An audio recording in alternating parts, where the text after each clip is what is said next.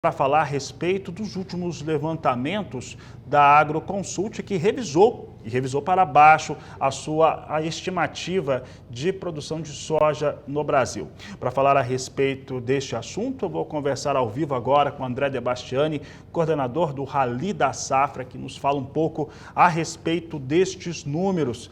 Debastiani, olha só, hoje mesmo eu recebi algumas imagens de produtores rurais aqui do Mato Grosso do Sul e a soja praticamente dentro de um rio.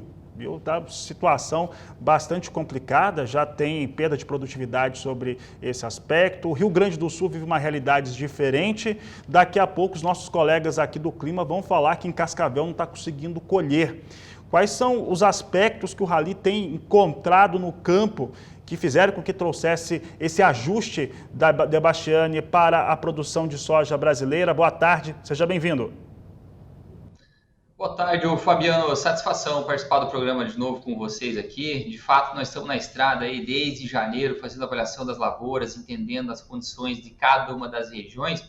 E quando a gente olha para os números mais atuais que a gente tem trabalhando, a gente vê que teve muita mudança, mas no final das contas, no frigir dos ovos, essa mudança acaba sendo pequena. Por que eu falo isso? Porque a gente começou a safra lá com uma perspectiva em torno de 153,4 milhões de toneladas de produção para a safra brasileira de soja, e hoje estamos falando de 153 milhões. Então, ou seja, é uma redução muito pequena em relação ao que a gente tinha em termos de estimativa inicial. Porém, quando a gente começa a analisar os estados, daí sim tem grandes diferenças mesmo.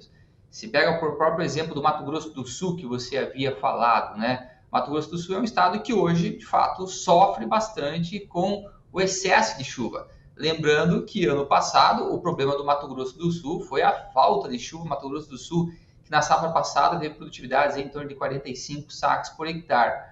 Hoje, o produtor sofre sim com excesso de chuva, seja no sul do MS, seja no Paraná, algumas regiões também do Mato Grosso, atrapalhando um pouco a colheita.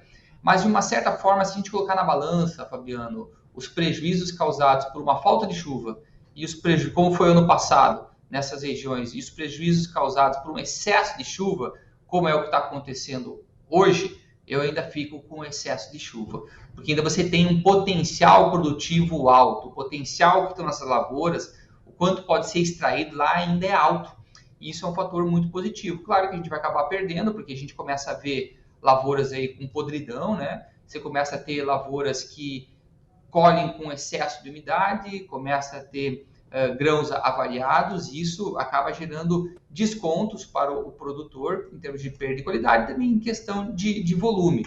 Mas quando a gente olha para o número em geral, o número ainda é bom, porque de fato essa condição de mais chuva levou o teto produtivo. Por isso que a gente fala de 153 milhões de toneladas aí, que é essa estimativa que a gente tem trabalhado, que é 18% acima da safra passada.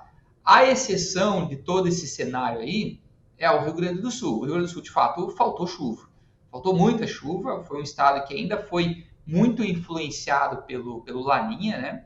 E essa falta de chuva fez com que a gente tivesse que fazer revisões bastante negativas para o estado. Se a gente pegasse os dados iniciais para essa safra, a gente falava lá de uma safra aí que iria colher pelo menos 55 sacas por hectare. Hoje nós já estamos trabalhando para o Rio Grande do Sul em algo em torno de 38 sacas por hectare. Se comparar com o ano passado, ainda é melhor, né? Que no passado foram 27 sacas por hectare de média. Mas o estado do Rio Grande do Sul, ainda apesar de ter tido algumas chuvas ao longo dessas últimas semanas, ainda carece de mais chuvas para completar o ciclo das lavouras. Então esse cenário ainda pode piorar para o Rio Grande do Sul, porque por um lado a gente tem um cenário que ainda indica chuvas constantes, seja no Paraná, no Mato Grosso do Sul, que atrapalha a colheita, mas por outro lado no Rio Grande do Sul a gente não tem muitas projeções fortes em termos de chuvas para essas próximas semanas. Tá certo, Debastiani. Debastiani, e para encerrarmos aqui a nossa entrevista, no seu entendimento, que as equipes estão vendo, né, como é que está o andamento da soja, mas de certo modo também estão olhando também como é que começa essa semeadura do milho segunda safra no Brasil, que vai fugir em vários estados, vai fugir da janela ideal. Como é que vocês têm visto isso, as primeiras impressões desse início também de semeadura, encerrando colheita de soja e mais olhando também essa semeadura do milho? Muito bom, Fabiano. Eu acho que você tocou no ponto que é mais latente para o produtor agora dessas regiões, porque agora ele está muito preocupado, de fato, com o plantio do milho segunda safra. E a gente vinha trabalhando já com uma expectativa de crescimento bastante forte da área de milho, porque o cenário, em termos até mesmo de rentabilidade, o cenário que a gente vinha vendo no campo e a intenção do produtor é, de fato, continuar investindo em termos de área e tecnologia. Acontece que, para algumas regiões, como é aí o sul do MS, até o próprio oeste do Paraná, chega um momento que você tem que tomar a decisão de encerrar o plantio.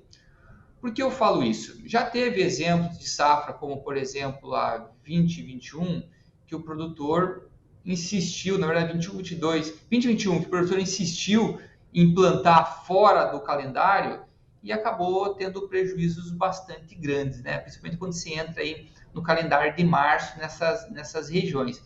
Então a gente vê que essas regiões que vinham aí com uma projeção de crescimento de área bastante forte, como é o caso do Paraná, já não deve mais acontecer todo esse crescimento. Se não é que a gente vai ver até mesmo essa área caminhar para trás. Porque, do nosso ponto de vista, e o que a gente tem conversado com o produtor, é que ele não vai entrar nesse cenário de risco. Isso vale para o Paraná, isso vale para o Mato Grosso do Sul, vale para Minas Gerais também, que deve reduzir o ímpeto de crescimento de área do que vinha trabalhando até então, porque começa a entrar num risco muito grande de uma lavoura que custa muito caro, então o produtor tem optado em fazer a lavoura nas áreas que ele está conseguindo plantar dentro do calendário ideal. Eu diria que o Mato Grosso hoje não sofre com isso, apesar de a gente ter visto esses atrasos no Mato Grosso também, em termos de colheita, mas não é um grande problema para o Mato Grosso, mas Paraná, Mato Grosso do Sul, Minas Gerais, sem dúvida alguma, isso é um problema.